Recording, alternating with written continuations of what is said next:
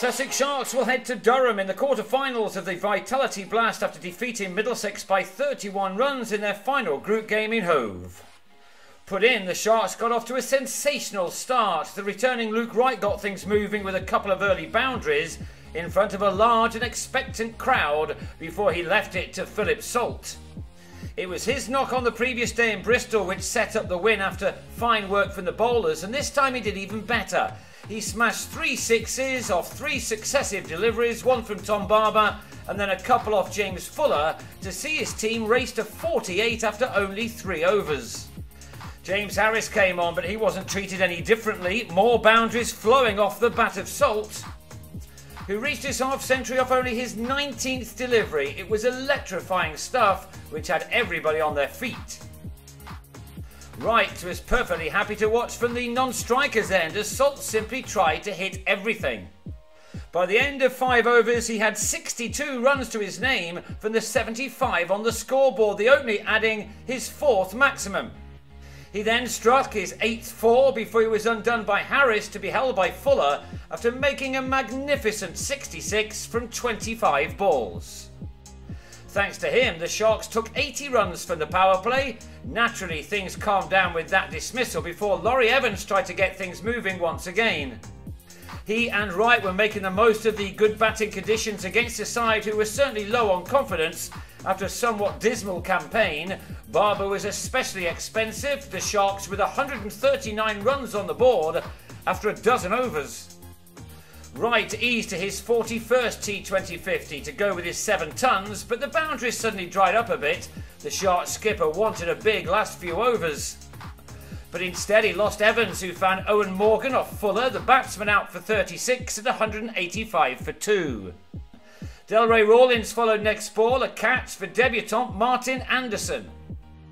Fuller then grabbed his 3rd wicket in 4 balls, Wright finally departing for a 74, which occupied 48 deliveries. The 200 was up in the penultimate over, and then David Visa holed out to James Franklin off Paul Sterling, the Sharks ending on 215 for 5. That wasn't as many as they may have expected given their start, but Danny Briggs began beautifully with the ball, bowling George Scott.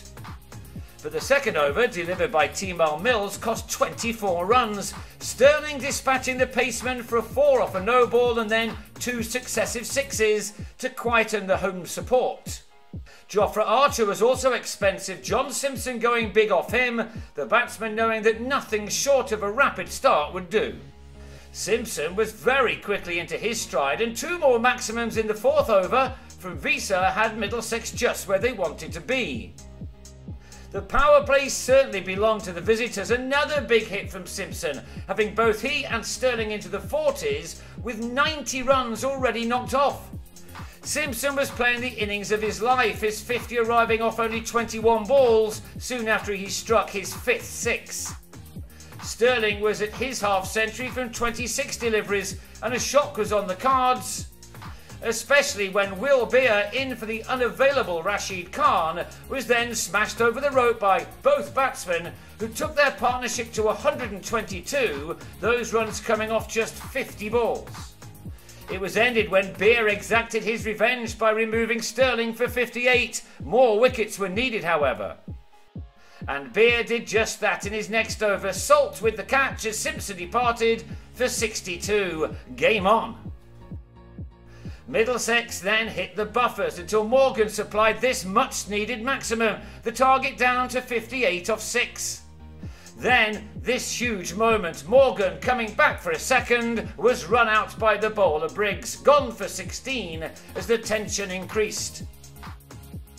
Briggs then removed Franklin 3 balls later, the panic beginning to set in for the batting team, who were left to find 55 off 5, Briggs finishing with 2 for 22. Sussex then became favourites as Stevie Eskenazi was bowled by Mills for 2. And Fuller was taken by Rawlins in the same over. The visitors now on 166 for 7 after 16. And the Sharks were almost there when Anderson was bowled by Archer for a single.